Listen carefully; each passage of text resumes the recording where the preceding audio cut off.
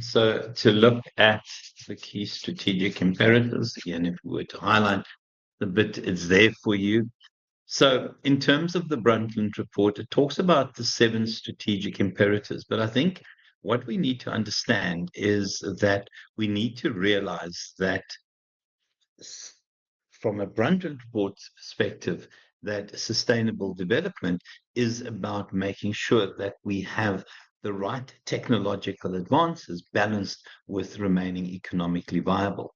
So I think it is about our people, how people define what quality of life is. So quality of life physically is really just making sure that people have a reasonable supply of products and services, and also making sure from an ecological perspective that we don't impact it.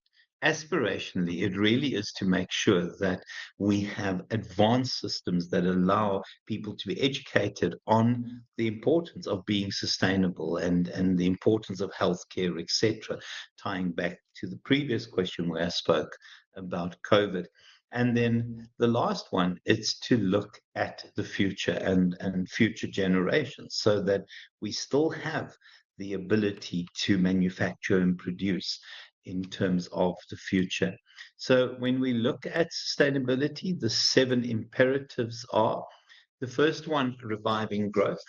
Now, in terms of reviving growth, it is this realization that things like impacting unemployment go hand in hand with economic growth.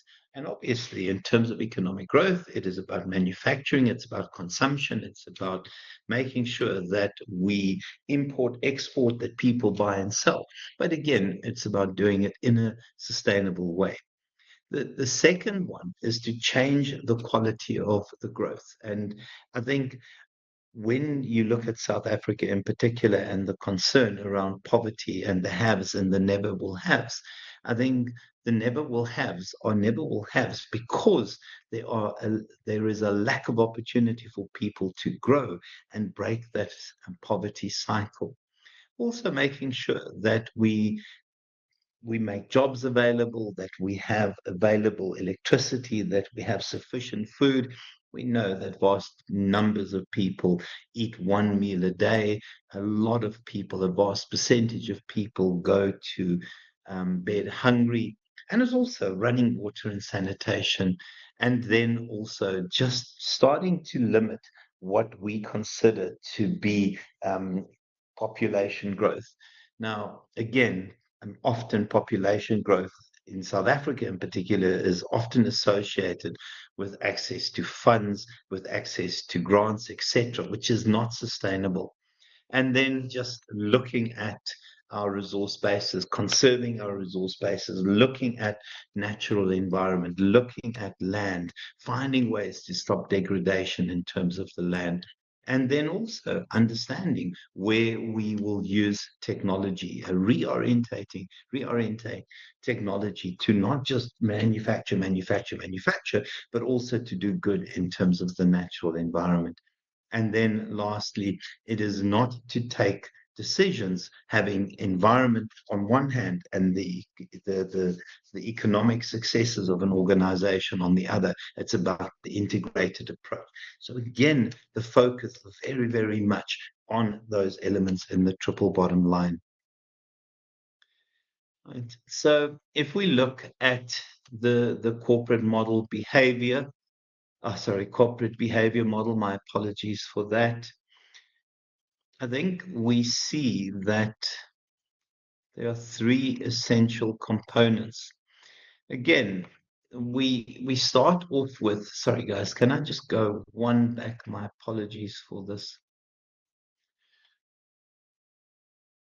Let's just chat about those three things. I think it's the idea of this model having those elements: corporate social responsibility balanced with ethics, but also meeting the requirements of legislation, etc. And if we can do that within the context of an organization, you should have organizations that positively impact society, positively impact the environment.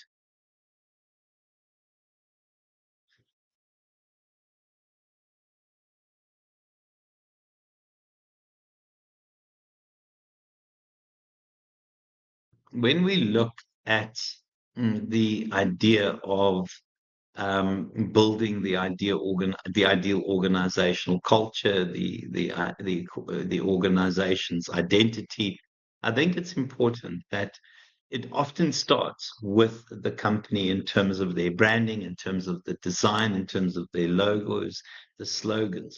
And it's about starting to include natural environmental sustainability components in those.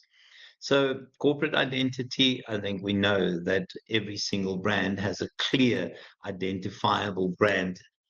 Every organization has a clearly identifiable logo, brand, etc., that go hand in hand with it. But the important thing is to associate those elements with being positive from a sustainability perspective, from a corporate social responsibility perspective. So I think in terms of the reasons why we would want to have ethical practices in our workplace, and these are logical, guys. The first one, people want to do business with decent organizations. Customers realize who the dodgy organizations are, who the organizations are to avoid. And it is about building loyalty in terms of existing customers, considering the cost of having to attract new customers. Secondly, I think investors want to put money into businesses that are considered to be good and decent. And then from a shareholder perspective, because you're running the organization in an ethical way, in a legal way, you should, in terms of those long-term strategic successes, have greater return on investment because you're avoiding fines, you're avoiding investigations, you're avoiding bad publicity. It also allows you to attract really, really good people. Again, people want to work for the good guys, and you can see other bits there. You're going to have great media coverage, positive news stories, and then I think governments will listen to organizations that positively contribute to society, and it allows you to influence new legislation, etc. And then, yeah, I might have touched on this, but avoiding lawsuits, guys. And then just in terms of the United Nations Sustainable Development Goals. Remember, I spoke about these in one of the previous questions. Yeah, and just remember your focus is on the goal. How do we get rid of poverty? And please just listen to that part again. I'm not going to go through this, but the reality is it's that you need to be able to write on the goals. I'm not too worried about the other two elements in terms of the exam.